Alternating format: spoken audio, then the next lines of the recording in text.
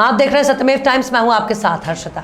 आज़ादी के 75 वर्ष में अमृत महोत्सव के अंतर्गत तिरंगा अभियान की शुरुआत बलिया में केंद्रीय मंत्री भूपेंद्र यादव ने की। बलिया शहर के शहीद चौक में राष्ट्र ध्वज फहराकर महात्मा गांधी की प्रतिमा पर माल्यार्पण किया। साथ ही देश की आज़ादी में बलिया के शहीदों को पुष्पांजलि अर्पित की। वहीं गंगा बहुउद्देशीय सभागार में आज़ादी के साथ साथ सीमाओं पर जान गंवाने वाले वीर जवानों के परिजनों को सम्मानित किया। मंच से बोलते हुए केंद्रीय मंत्री भूपेंद्र ने कहा कि सुजलाम सुफलाम की तर्ज पर देश का विकास नरेंद्र मोदी कर रहे हैं। वहीं उन्होंने बच्चों को आह्वान करते हुए कहा कि देश के प्रधानमंत्री मोदी विज्ञान के जरिए देश में ड्रोन टेक्नोलॉजी को बहुउपयोगी बनाने में लगे हुए हैं। वहीं बलिया के सांसद वीरेंद्र सिंह मस्त ने कहा कि सौभाग्य की बात है कि देश का संविधान लिखने वाले अंबेडकर जिस पद पर विराजमान थे, आज़ादी के 75 साल बाद भूपेंद्र यादव देश के संविधान को एक नई दिशा दे रहे हैं। है कि बलिया एक अलग तरह का जनपद है।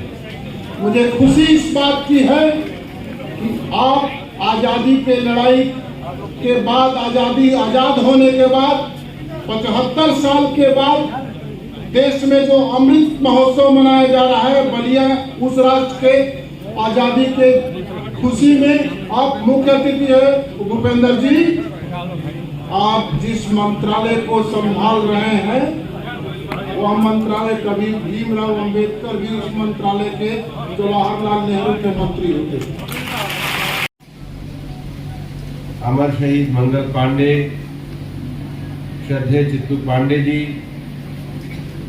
उनको तो हम बलिया की धरती पे नमन करते हैं, लेकिन मेरा मानना है कि भारत के आजादी के इतिहास में बलिया ने जो भूमिका निभाई और विशेष रूप से 1942 में महात्मा गांधी जी के आह्वान पर जो हमें मुखरता के साथ आजादी के स्वर, उसके लिए एक्शन और उसके लिए चित्तू पांडे जी के नेतृत्व में एक जो बड़ा स्वतंत्रता का संग्राम हुआ, वास्तव में दिनकर जी ने एक पंक्ति कही थी, इसके आगे जोर से, सुजलाम सुफलाम मलयज शस्य, आगे उसका अर्थ क्या है? संकल्प तो हमने व्यक्त कर लिया, उसका अर्थ क्या है? ये धरती सुजलाम सुफलाम, हर प्रकार की संपन्नता से परिपूर्ण, शस्य श्यामलाम, हरी भरी धरती। और पिछले 8 सालों में माननीय प्रधानमंत्री जी ने धरती हरी भरी कैसी होगी, सबसे पहला काम प्रधानमंत्री जी ने आज के आजादी के अमृत उत्सव के ऊपर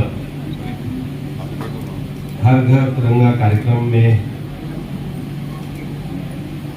आयोजित कार्यक्रम में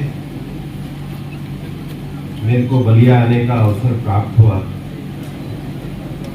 सभी वक्ताओं ने बड़े प्रेम से कहा कि वो मेरा अभिनंदन करते हैं, परंतु मैं बलिया को नमन करता हूं कि धरती ने मुझे आकर के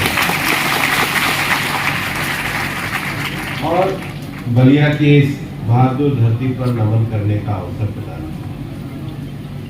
मैं हृदय से माननीय प्रधानमंत्री जी का भी आभार व्यक्त करता हूं कि उन्होंने ये अवसर आज के दिन मुझे दिया।